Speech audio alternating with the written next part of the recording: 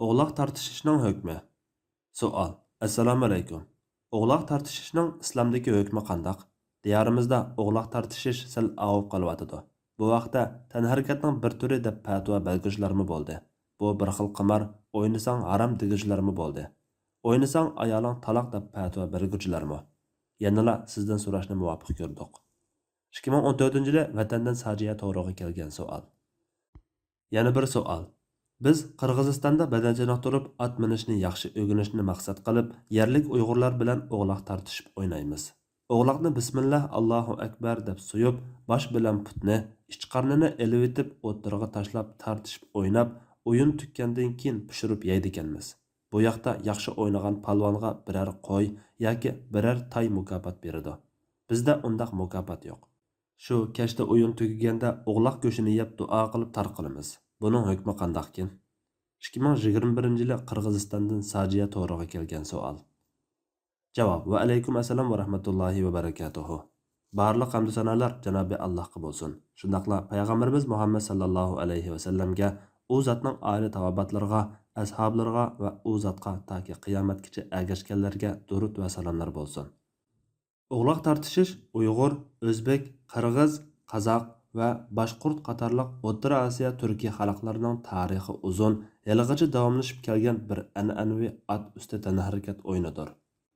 Bu o'yin yana qo'shni Hazara, Tojik, Pashtun qatorliq Faris tilli xalqlar tarafidan o'zlashtirilgan millatlar usti bir o'yindir.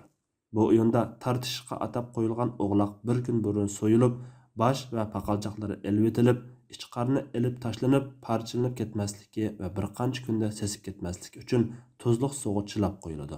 Andan ichiga saman to'ldirilib tartishishga tashlanadi.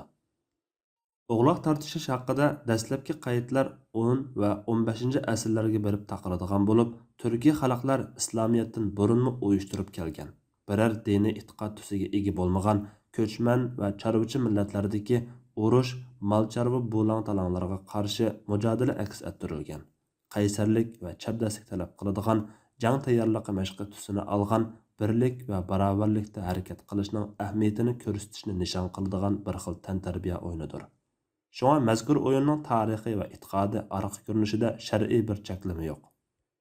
Uningdagi jarayoniga qaraydigan bo'lsak, agar o'g'loq shar'iy bo'g'izlansa, o'yinda qimorga o'xshagan boshqa masala ko'rilmasa, uning go'shini yeyishga bo'ladi.